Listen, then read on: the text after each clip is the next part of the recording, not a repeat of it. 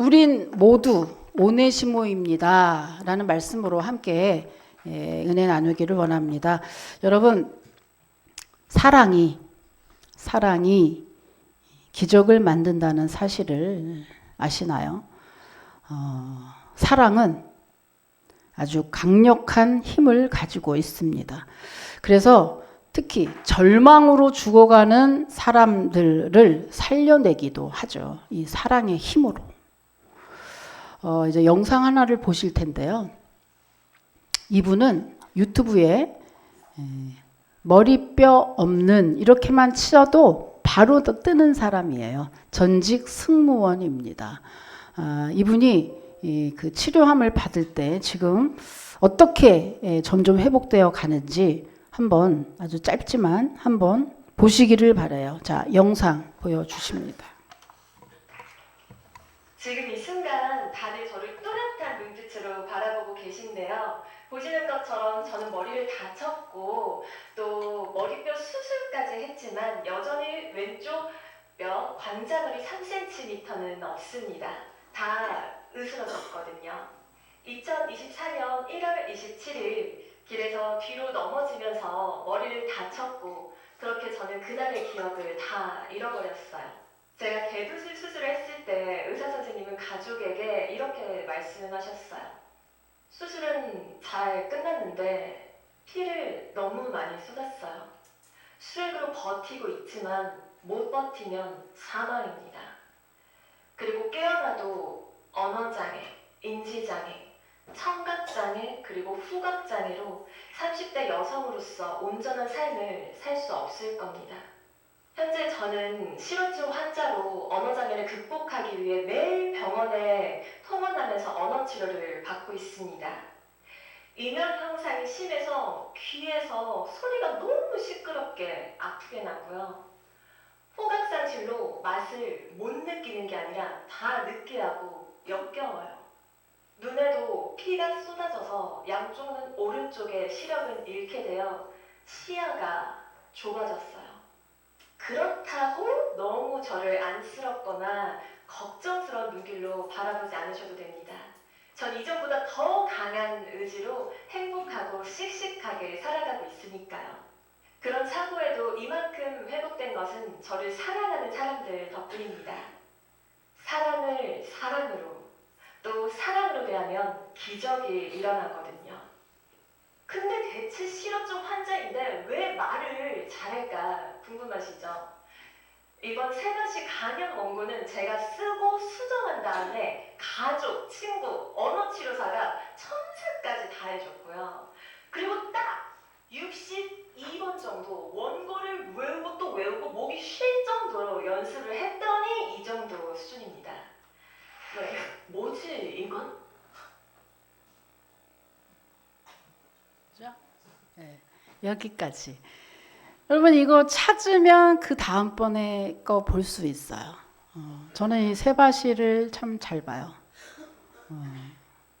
도전을 받을 필요가 있기 때문에 잘 봅니다. 여러분 이 영상 보시고 어떠세요? 그죠? 힘들다라는 말이 쏙 들어가지 않습니까, 여러분? 정말 평범함이 너무 감사하고 지금이 너무 감사하고 이만하길 정말 감사하다라는 생각 들지 않으십니까? 아멘이죠? 사람이 좀 잔인해서 남의 아픔 속에서도 자기의 감사를 찾는 잔인하지만 어쩔 수 없는 연약한 우리 인생들이에요. 여러분 이분이 기독교인일 것 같아요. 그 뒤에 보면. 그러나 기독교인인지 알 수는 없습니다. 그럼에도 이분이 이걸 보면 어때요? 참 긍정적인 에너지를 갖고 있죠. 그죠? 참 긍정적인 에너지를 갖고 있다. 근데 이분이 아까 뭐라 그랬죠? 어떻게 해서 나는 그런 긍정적인 에너지를 갖게 됐냐 하면은 자기를 사랑하는 가족들 때문이라고 이야기합니다. 실제로 끝에까지 보면은요, 시부모를 비롯해서 온 가족이 어떻게 저럴 수 있지 할 정도로 정말 사랑으로 이 사람을 케어하는 거를 볼 수가 있어요. 정말 대단한 사람들입니다. 그래서 사랑은 한 사람을 일으켜 세우고 살려내고 기적을 일으키는 힘이 있다고 하는 거죠. 근데 혹시 이 영상을 보시면서 야, 누구는 좋겠다, 가족도 있고 나는 혼자라 그럴 사람이 없으니 나는 텄네, 이러시는 분 혹시 계신가요? 걱정하지 마십시오. 여기 계신 우리 모두는 저분의 가족과는 비교할 수도 없는 아주 큰, 아주 대형 능력의 대형 가족의 일원입니다. 왜냐하면 예수 그리스도를 중심으로 우리는 모두 영적인 가족이기 때문이죠, 여러분. 할렐루야. 영적 가족. 예수님을 중심으로 우리 모두는 형제요, 자매인 영적 가족이라고 하는 거죠. 여러분, 혈연의 가족, 인간의 가족은 자기네 가족끼리만 저렇게 으쌰으쌰 하지만 영적 가족의 특징은 뭐가 있나요? 영적 가족은요, 자기네 가족 혈연뿐만 아니라 민족과 인종을 뛰어넘어서까지 희생하고 서로 사랑하지요. 그렇기 때문에 더 힘이 있고 더 능력이 있고 소망이 있는 겁니다.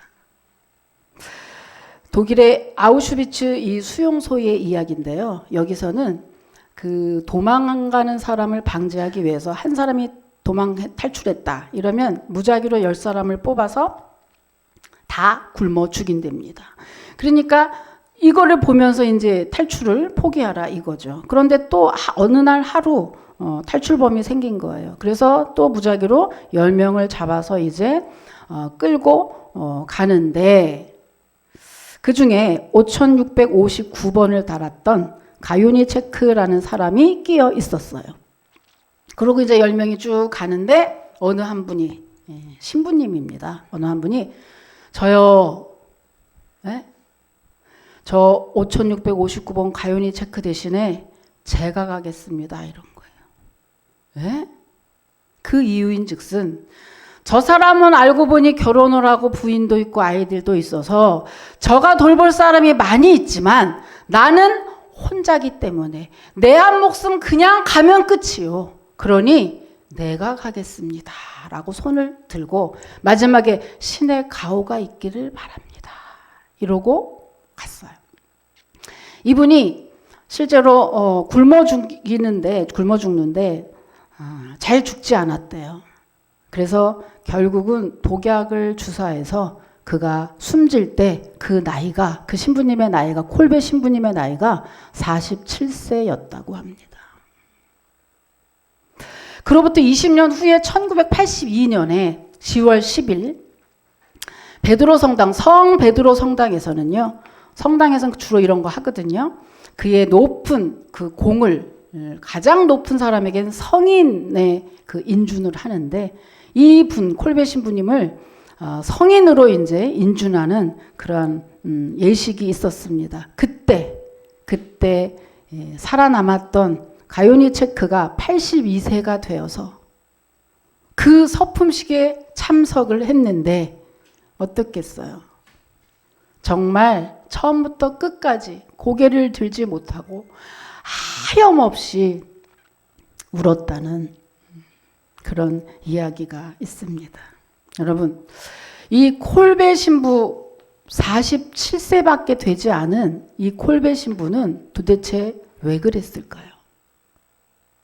어디서 누구에게 배워서 왜 뭐 때문에 가만히 있으면 될 걸 굳이 자기가 저요 해서 자기가 누구 대신에 죽는 그런 죽음을 왜 죽었던 걸까요? 누구한테 배운 걸까요? 당연히 예수님한테 배운 거죠. 당연히 죄 없고 흠 없는 그 예수님이 날 살리기 위해서 그 십자가의 모진 고통에, 여러분 영화 보셨죠? 못으로 여기를 생으로 박을 때 그 사지를 다 못에 박히면서 죽으신 이유가 날 구원하기 위해서. 내가 뭐라고? 틈만 나면 늘 세상에 빠지기 좋아하는 내가 뭐라고? 나 구원하기 위해서 그 십자가의 모진 고통 참으시고 주님이 돌아가신 그 돌아가신 예수님께 그렇게 살고 그렇게 죽는 거라고 배웠기 때문에 이 콜베 신부가 그렇게 대속의 죽음을 죽었던 거죠. 날 위해서 죽으셔서 억만 죄악 가운데서 우리를 구원해 주시고 우리를 저 영원한 천국으로 인도하신 그 주님. 그래서 성도는 아무리 힘들고 절망스러워서 울부짖고 한탄을 해도 아주 쓰러지지 않고 그래도 또다시 일어날 힘을 얻는 그 이유는 바로 죽으면서까지 나를 사랑하신 그 주님의 사랑 때문입니다, 여러분. 아멘이죠? 그 주님이 계시니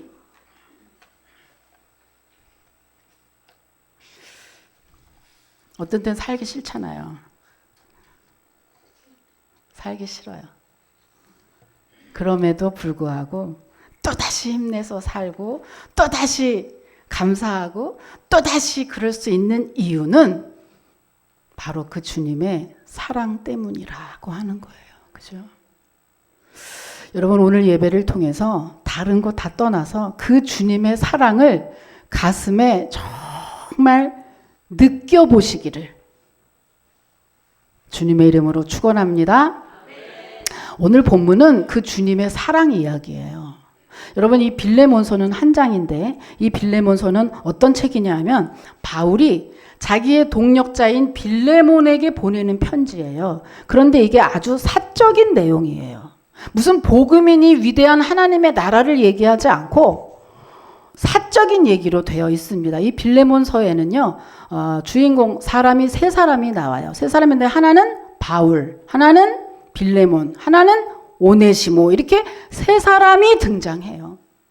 그런데 어떤 내용이냐 하면은 사도 바울이 빌레몬에게 지금 편지를 쓰는데 왜 했냐 하면은 이의 종인 오네시모 때문에 생긴 일이에요. 이 오네시모는 빌레몬의 노예예요.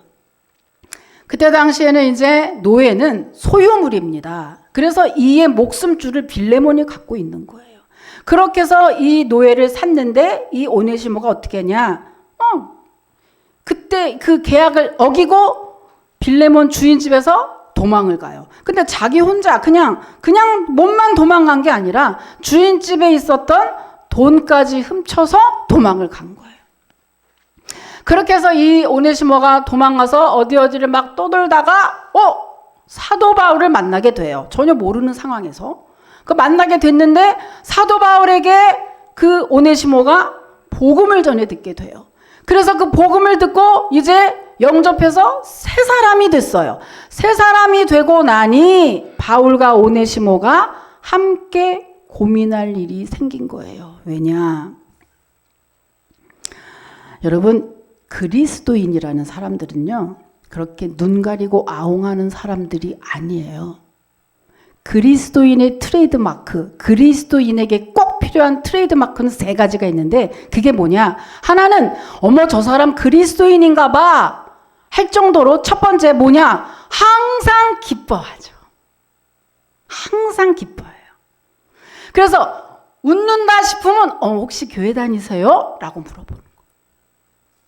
그렇지 않은 사람 있으면 회개해야 될걸요. 자, 두 번째는 항상 감사하는 사람들이에요. 내가 볼 때는 지가 해놓고도 다 하나님 해줬다고 감사하는 사람들이 그리스도인이라는 거예요.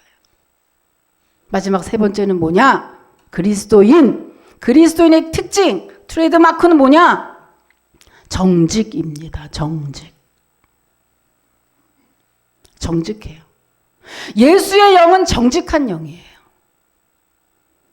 자, 이게 무슨 말이냐 하면 그렇게 해서 예수님을 복음을 듣고 이제 예수님을 영접하고 새로운 사람으로 변화가 되니까 이 속에서 자꾸 욱욱 올라와요. 왜냐? 도망자잖아요. 자기가 자기를 종인데도 불구하고 남의 돈까지 훔쳐서 간 오네시모는 도망자였던 거예요. 법을 어긴 사람인 거예요. 그런데 그 사람이 당당하게 하나님께 하나님의 일을 하고 할 수가 없는 여기에 드디어 이거를 고민하고 기도도 했겠죠? 그러다가 사도 바울이 이제 오네시모에게 강력히 권합니다. 이제 주인에게 돌아가서 주인이 어떤 처분을 내리든지 그 주인의 처분을 받아라. 너를 죽이면 죽고 때리면 맞고 그래야 여러분 마태복음에 보면은요 땅에서 풀면 하늘에서도 풀고 땅에서 매면 하늘에서도 맨다는 말씀이 있어요. 그게 무슨 말이에요? 여기서 다 사과할 거 회개할 거 풀어야 된다는 얘기예요. 그래야 우리에게 온전한 복이 온다는 이야기예요. 예수를 믿으면 그렇게 꿍꿍이처럼 뒷구멍으로 치고 앞에서만 그냥 교회만 나오는 게 예수 믿는 사람이 아니에요. 그러니까 이 사람들은 진짜로 예수 믿는 사람이니까 그게 딱 걸려서 결국은 결단을 하죠. 그래서 사도 바울이 이제 알고 보니 그 주인이 누구냐 물어봤더니 결국에는 자기 동역자 빌레몬이었던 거예요. 그래서 바울이 이제 결정을 하죠. 야, 이제 하나님 앞에서 우리가 이렇게 매고 있으면 절대로 복이 안 와. 그러니 네 주인에게 돌아가라. 그런데 내가 너를 용서해 달라고 편지를 써주마. 내가 친한 그 동역자니까 내가 편지를 쓸게. 너는 그 주인에게 돌아가서 그의 처분이 끝난 후에 이제 와라. 다시 나에게 와라. 이렇게 이야기를 한 겁니다. 그래서 이제 오네시모가 빌레몬에게 가면서 그거를 염두해서 편지를 쓴 내용이 빌레몬서예요. 여러분 이 세 사람의 각각의 지위와 신분은 다 달랐지만 그런데 한 가지 공통점이 있었죠. 그것은 예수님을 진짜로 신실하게 믿었던 사람들이었어요. 그래서 이 세 사람의 얽혀진 관계들도 역시 이제 예수님 안에서 주 안에서 주의 사랑으로 해결이 됩니다. 어떻게 해결이 됐는지 우리가 상세히 한번 볼게요. 여러분 일단 바울과 빌레몬의 관계 속에서 그 주의 사랑이 드러나는데 어떻게 드러나냐? 여러분 바울과 빌레몬의 그 상세한 관계들이 오늘 본문에 쭉 나와요. 1절에서 17절까지 내용을 쭉 읽다 보면 바울과 빌레몬이 어떤 관계냐? 동역자 관계인데 이런 관계예요. 처음에는 목사와 성도로 만난 거예요. 이 빌레몬이 골로새서에 보면 골로새 교인이에요. 그러니까 골로새에서 개척을 하고 그렇게 성도로 만났다가 이제 사도 바울이 여기저기 가면서 계속 연락하면서 이제 점점 또 믿음이 자라면서 그렇게 동역자 동지의 관계로 빌레몬이 성장을 했던 거죠. 그래서 이제 점점 목사와 성도로 만났지만 이제는 동역자 동지의 관계로 그렇게 이제 성장을 한 관계. 그래서 사도 바울이 에베소 교회에서 사역을 할 때도 보면 이 빌레몬이 가서 같이 사역도 하고 그렇게 하는 것을 기록이 되어 있습니다. 무슨 말이냐 하면요. 여러분 8절 한번 읽어볼게요. 자, 바울과 빌레몬 8절입니다. 시작.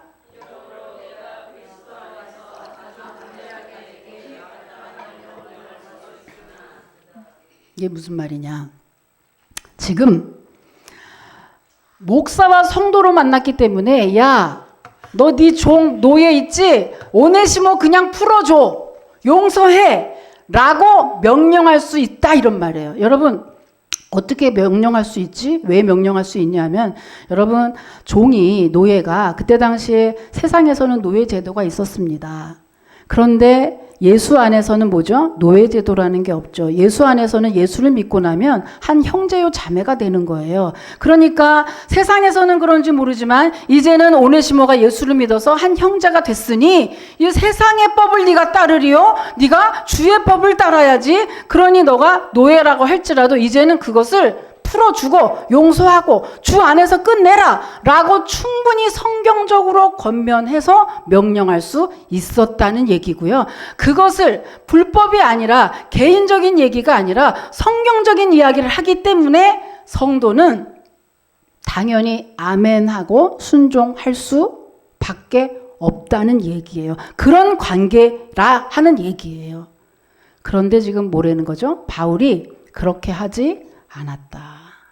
명령하지 않았다. 왜냐하면 빌레몬을 사랑하기 때문에.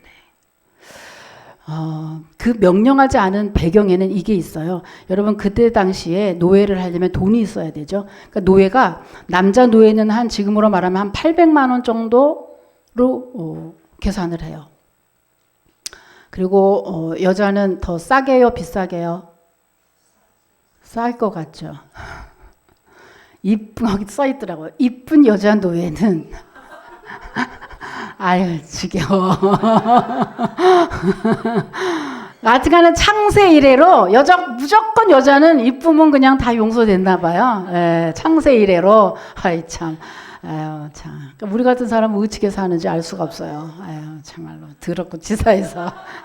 자, 이쁜 여자 노예는 800에서부터 시작해 800에서 1600만 원 정도 지금 돈으로 환산했을 때. 근데 지금 오네시모는 남자잖아요. 그죠? 그래서 한 800만 원으로 계산을 하면 자, 빌레몬이 만약에 오네시모를 용서해줘서 풀어줬을 경우에 빌레몬이 껴안아야 될 재산적 손해는 얼마냐? 800만 원 플러스 오네시모가 훔쳐간 돈 플러스하면 몇 천이 되는 거예요. 이 돈을 용서하면 그냥 날아가 버리는 거예요. 자, 이런 상황에서 바울이 빌레몬에게 야, 성경적으로 옳으니까 용서해 라고 명령하기가 굉장히 껄끄럽다.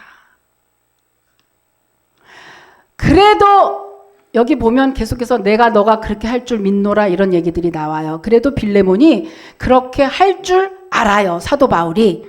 그거에 아멘하고 순종할 줄 알아요. 그런데 그렇게 하지 않는 이유는 혹여라도 마음에 물질적인 손해나 여러 가지 자기가 생각하지 않았던 이런 것 때문에 혹여라도 상처를 받거나 그렇게 하면 하나님 앞에서 이 관계가 막히는 거가 되기 때문에 사도 바울이 원하지 않았던 거죠. 그래서 이 빌레몬이 스스로 기도하고 성령의 인도함을 받아서 자원하는 마음으로 오네시모를 긍휼하고 그렇게 용서하기를 바랐는데 이것은 무슨 마음이에요? 주 안에서 빌레몬을 정말 배려하고 정말 사랑하는 빌레몬이 조금도 하나님 앞에 다치고자 하지 않는 그런 사랑의 마음이었기 때문에 이렇게 명령하지 않았어요. 그리고 또한 여러분 이 바울과 오네시모의 관계 속에서도 그 주님의 사랑은 드러납니다. 바울이요 오네시모를 여러분 10절 한번 읽어보세요. 10절 시작.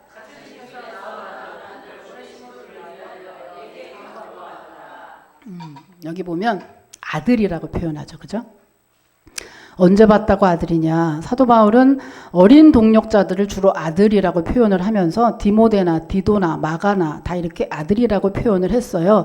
그만큼 아들이라고 표현하는 만큼 사랑하고 각별한 사이였다고 하는 거죠. 그래서 이 바울이 자기가 옥중에 있을 때도 이 오네시모가 자기를 계속 돕고 함께 하기를 원했어요. 여기 성경에 아까 읽은 데 다 써여 있어요. 그럴 정도로 오네시모를 사랑한 거예요. 여기서 우리가 한 가지 짚고 넘어갈 게 있어요. 여러분, 사도 바울은 어떤 사람이에요? 최고의 민족 혈통인 유대인이었고요. 그리고 돈 주고도 그 당시에 살 수 없다는 로마 시민권을 가졌던 사람이고요. 그리고 그 당시 최고의 석학이었던 가말리엘의 문화생, 제자였어요. 그것은 그가 굉장한 석학이었다는 것을 증명하는 얘기거든요. 실제로 신약 성경이 27권입니다. 거기에 13권을 사도 바울이 썼어요. 그러면 사도 바울이 지금 누구랑 사랑하는 관계라고요? 오네시모. 오네시모가요. 성경 어디에도 이 사람이 꼭 느낌상 흑인일 것 같은데 아무 데도 써 있지 않아요. 그냥 추정만 할 뿐이에요. 근데 그분이 유색 인종이든 아니든 간에 노예 출신이라 그러면 이미 끝났죠. 지식 없을 거고 학식 없을 거고 문벌 없을 거고 능력 없을 거고 여러분 대전도자 사도 바울이 우리가 보기에도 거의 말이 안 되는 사람을 사랑하고 아들이라고 부르고 그를 그뿐입니까? 지금 그것뿐이에요? 빌레몬서가 어떻게 해서 나왔죠? 지금 오네시모를 자유의 몸으로 만들기 위해서 자존심 버리면서 자기의 동력자, 자기의 성도였던 빌레몬에게 간청하오니 간구하오니 이렇게 편지를 지금 쓰고 있잖아요. 오네시모가 뭔데? 오네시모가 뭔데? 사도 바울이 이렇게 할까요? 뿐만입니까, 여러분? 자, 18절, 19절 한번 읽어볼게요. 18절, 19절. 읽어보십시오. 시작.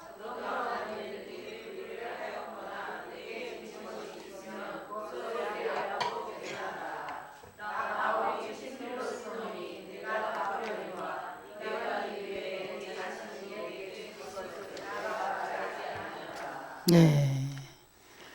뿐만 아니라 사도 바울이 대충 알죠? 그 빚 나한테 그냥 남겨. 내가 갚을게. 물질적인 손해까지 감수하면서 지금 오네시모를 언제 봤다고? 왜 이러는 걸까요? 사도 바울은 왜 이러는 걸까요? 요즘에 같으면 이해 안 되는, 도무지 믿음이 어리고 믿음이 없는 사람은 도무지 이해가 안 될걸요. 그러나 예수 그리스도가 나의 구세주고 내가 억만죄악에 내가 지옥 가야 마땅할 죄인인 것을 누구보다 깨달아서 내가 어떤 상황이라 할지라도 그 주님이 나를 구원하셨기 때문에 나는 이제 영원한 생명을 얻었어요. 나는 이제 천국 백성이에요. 나는 이제 언제 죽어도 여한이 없어요. 나는 이제 죽음 때문에 두렵지 않아요. 나는 다시는 지옥 갈 일이 없어요. 다시는 내가 진 죄 때문에 심판받을 일이 없고 저주가 아니라 생명으로 나는 이제 옮겨갔어요. 라고 고백하는 정말 크리스찬, 리얼 크리스찬은 사도 바울이 왜 이러는 줄 알아요. 왜 그래요? 그 주님께 받은 사랑이 너무 감격해서, 그 주님께 받은 사랑이 너무 버거워서, 너무 감격하고 너무 감사한데 어찌할 수가 없으니 그 주님이 하신 대로 그것처럼 사는 거죠. 하나님을 사랑하냐? 그러면 네 이웃을 내 몸처럼 사랑하라는 그 주님의 말씀처럼 살아갈 수밖에 없는 거예요. 여러분, 반대로 얘기하면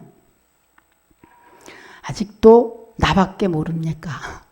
아직도 나밖에 모르고 언제나 내가 중심이고 언제나 내 감정, 내 생각, 나만 오로지 보인다.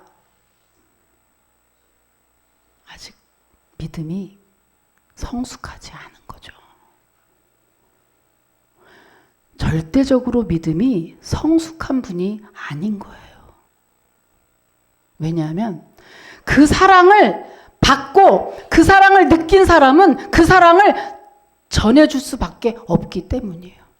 여러분, 이 세 사람이 다 예수 믿기 전과 예수 믿은 후가 완전 달라졌는데 이 세 사람이 다, 여러분 바울이 어떻습니까? 바울은요, 사울이 어떤 시대에 예수 믿는 사람 다 잡아다가 옥에 가두고 눈 하나 깜짝 안 했을 만큼 그렇게 대쪽 같은 사람이에요. 그런데 바울이 지금 어떻게 하고 있습니까?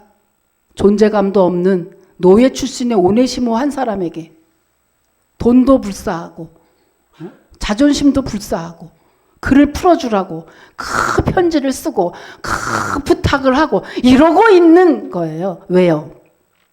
담에색 도상에서 부활하신 예수 그리스도를 만났거든요. 그렇기 때문에 그 인생이 180도 변했거든요. 그러니까 그 세계 속에 있는 생각도 변했거든요. 여러분, 나 중심이 아니라 주님처럼 남을 중심으로 살아가는 게 기독교라는 것을 알았거든요. 그래서 사도 바울이 이렇게 변화된 겁니다.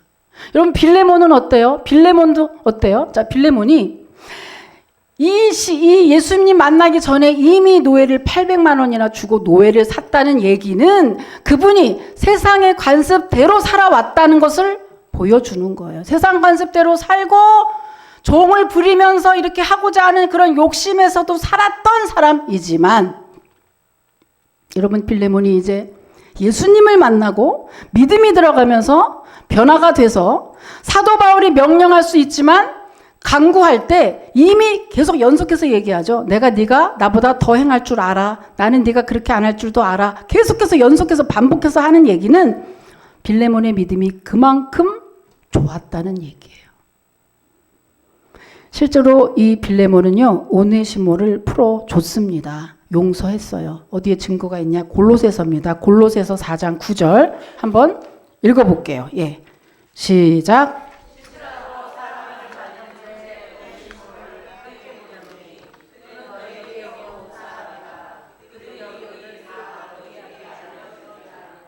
네, 오네시모를 풀어줘서 마음껏 바울과 함께 일하고 있는 오네시모를 볼 수가 있어요. 마지막 오네시모는 그럼 예수 믿고 어떻게 변했을까요? 그가 노예가 된 거는 자기 잘못은 아니지만 그러나 어떻죠?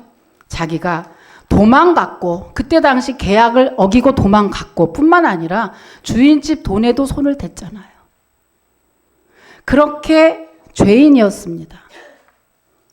그런데 오네시모가 예수님 그 복음을 접하고 새로운 사람으로 변화가 되면서 이가 어때요? 하나님께도 회개하고 결국에는 빌레몬을 다시 찾아갈 정도로 빌레몬에게 모든 처분을 받을 그런 각오를 하고 빌레몬을 찾아갔다는 것은 그만큼 주 안에서 주님 때문에 용기를 얻어서 갔다는 얘기죠. 충분히 사과하고 충분히 회개했다는 그러한 내용입니다, 여러분. 여러분, 말씀을 정리를 하면 이 시간 여러분 잠시 생각해 보기를 원해요. 나는 지금 그리스도인으로서 나는 지금 어떤 사랑을 하고 있을까?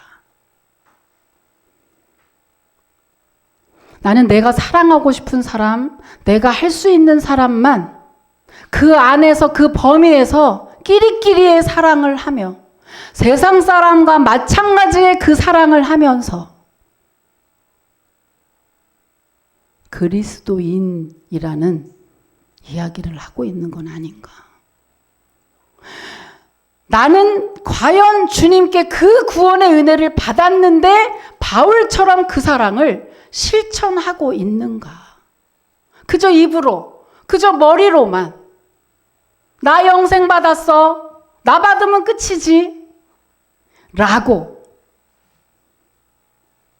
아주 이기적인, 아주 자기중심적인 그런 신앙생활을 하고 있는 건 아닌가.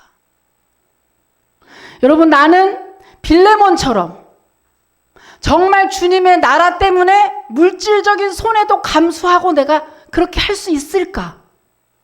한 영혼 때문에 내가 그 희생을 감수할 수 있을까? 100만 원도 덜덜 떠는데 몇 천을 노예 때문에 잃어버리는 거예요. 안 해도 관계없는 일을 하는 거예요. 과연 나는 그렇게 할 수 있을까?